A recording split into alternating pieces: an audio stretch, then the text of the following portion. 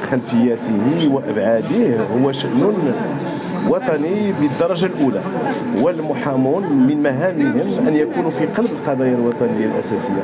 الأمر يتعلق بالقضية الوطنية الأولى، الأمر يتعلق بالقضية الوطنية الأولى، الأمر يتعلق بقرار في ظاهره قانوني وفي عمقه وخلفيته هو قرار سياسي، هو قرار منحاز بحيثيات وتعليلات بعيدة كل بعد عن قواعد العدل والإنصاف.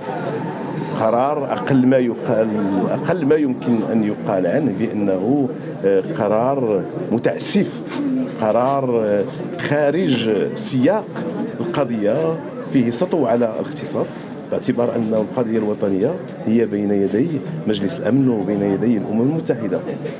ثانيا بأنه القرار لم يراعي أيضا حتى القرارات التي أصدرها في مناسبات سابقة.